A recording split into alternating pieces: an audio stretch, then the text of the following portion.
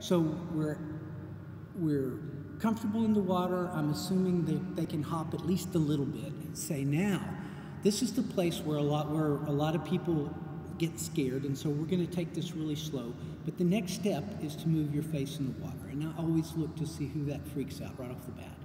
And I say, is that scary to some of you? And if they say, yes, it is, great. So I start with small pieces and I build. If you've got people who are already jumping in the water and going underwater, you don't have to worry about it, obviously. But I start with small pieces. So, for example, great. So the first thing we're going to do is put this cheek in the water and look at each other. Hi, how you doing? And then come back up, see how that feels. Okay, we're going to do the same thing on the other side. We're just going to watch and see. Some people will be really scared about that. Take your time with them. The people who aren't, I say, great. Now let's see if you can come down here. We're going to see, and we're just going to do pieces. So I'm going to come down and get my chin under the water, and then I'm going to come down with my mouth closed to get my mouth under the water. And then I'm going to come down holding my nose with my mouth closed, having breath coming down underwater.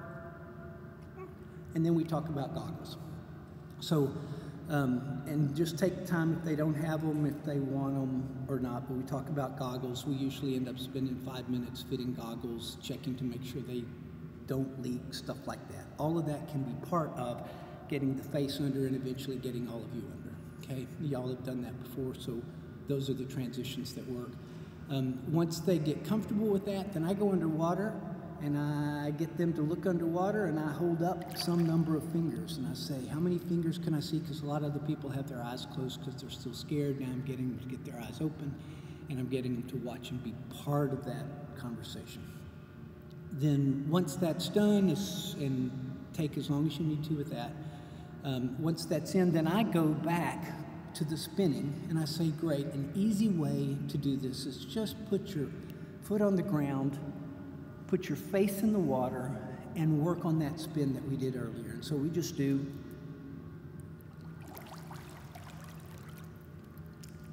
And I get them used to balancing as they're doing this. I get them used to propulsion. I get them used to holding the breath. You will have people who who are scared to put their face in the water because they're scared they're going to breathe in while they're underwater. If there are people, and I talk to them about it, and I say, if you are one of those people, whatever you do, do not put your face in the water. Don't do it. Because if you're not sure that you're not going to breathe while you're under the water, don't do it, because breathing under the water is absolutely miserable. We can't do it. You just get water in your lungs, you get it in your sinuses, it makes you cough, it feels terrible. Don't do it. Make sure that you can breathe up here and hold your breath the whole time you're down and come back up. If you can't do that, then we need to stop and just get you comfortable enough that you can. Okay? Assuming they can do that. We've got a little bit of spinning here, so I take the next step, which is say, when you spin this time, try to lift your feet up off the ground a little and spin around both ways. And they'll begin to float, and I tell them, you're gonna wobble, you're gonna shift a little bit. If you do, just put your feet back down, you're fine, it's easy. It gets them started in the float.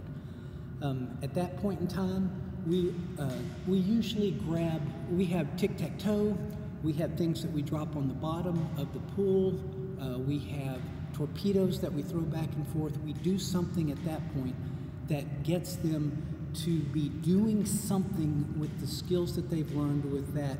Right now, just holding their breath, going underwater, and trying to get stuff down.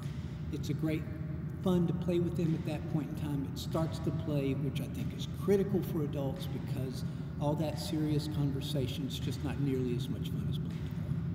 So now we're at the place that a lot of people start, which is they're a little comfortable with the water and beginning to get their bearings, and so now we're going to move them towards what some of them are terrified about, which is putting their face in the water. Excuse me, I'll make that easier for you to see me. So Rosie's going to walk me through this, and I'm going to go through it pretty quickly so that we can show you how we do it. But if you have somebody who's scared at all, stop, do your steps, ask them what's going on, talk to them about it. We'll move it at whatever pace we need to move it at, okay? So Rosie, if you would, shall we start? Yes. Shall we play? Okay. So the first thing I'm going to do is get her to put one cheek in the water. We'll go right side first, and you stay right there so I can see these pretty people. We're going to put one face in one side in the water, and then we're going to put the other side in the water, and that's all we're doing. So just side of a cheek. So shall we? Side of your cheek. Don't have to put your mouth or nose under anything. Just right there. That feels pretty good. All right. Come back up. You feel all right with that one? Yes. So let's go here. Right there, you got your face in the water, just your cheek, that's it. Come back up. This will really scare some people. If it doesn't, great. If it does, just slow down. So the next thing is, if they're comfortable with that, we come down to your chin. So we bring chin down into the water. That looks gorgeous, Miss Rosie. There you go, it's beautiful. Now we're gonna tell them to close their mouth, keep their mouth, take a breath, close their mouth, keep their mouth closed, and go under the water with it. Beautiful. If you have people who stall there, know that sometimes there are people who are really scared that they're going to breathe in underwater. And so say, don't go down into the water if you think you're going to breathe in, because we can't do that. It's really unpleasant. Nobody likes it. Just don't do it. So if you think you're going to breathe in while you're underwater, just stay up here and breathe. And practice breathing in and out and being conscious of breathing in and out, because there are a lot of people who aren't conscious of that. Once you get them there, then you can begin to go down to the water. The other thing you can do at this point in time, and Rosie, I'll get you to do it, is we'll blow out with the bubbles here. If you've got somebody struggling with this, can help. So we get them to start blowing and tell them to keep blowing while they're under the water, mouth is under the water, and coming back up. So.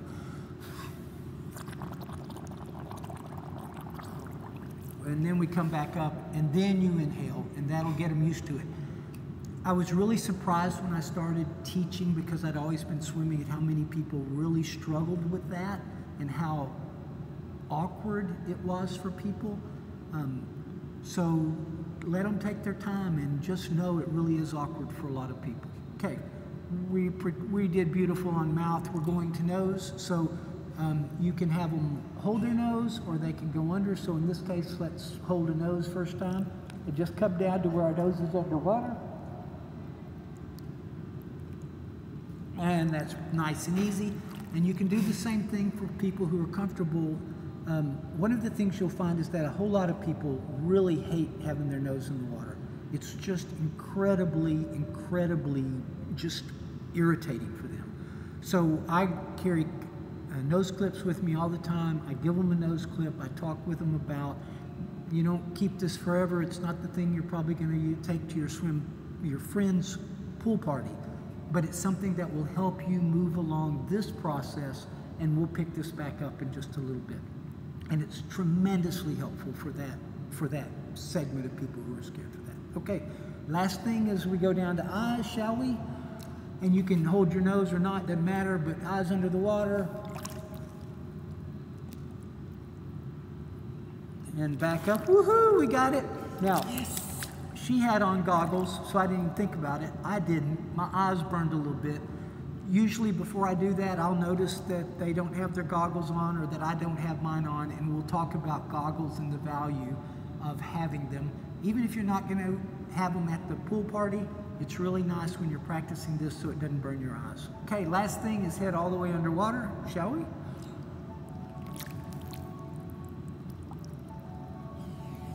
And we're good, and I usually wave. So once I start getting people to put their face in the water, the first couple of times I watch and just make sure that they're okay.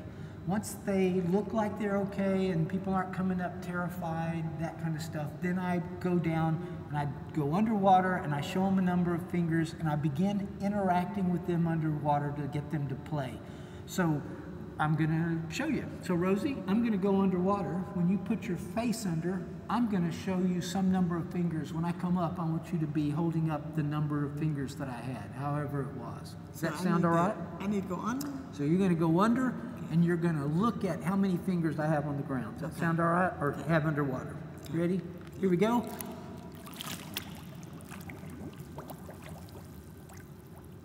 Six. How many I got? Six. Six. All right, I came up with them, so that was too easy for you. But Just something simple, but you get the interaction, you get them involved, and even if they were a little scared in the process, they come up and they're immediately connected with you, and we can usually laugh about, I didn't see it, or I was wobbling, or whatever. But we get that interaction, and that's my way of knowing that they're really involved, their eyes are open, they're conscious enough to be with me, and they're not so scared underwater that they can't see anything. So it's just a way to keep track of that. So one of the things that happens for people is that they get water in their nose, or they're really uncomfortable with water in their nose. So there are a couple of tricks that I'll teach you. So if we can, the first trick is that you say the word pop, but instead of saying the word, you stop with just the p sound. So, but keep your mouth closed. And when you do, you'll feel it, some pressure in your nose. And then if you drop underwater and just hold that p sound, that water's not going to get in your nose. Try it and see what you think.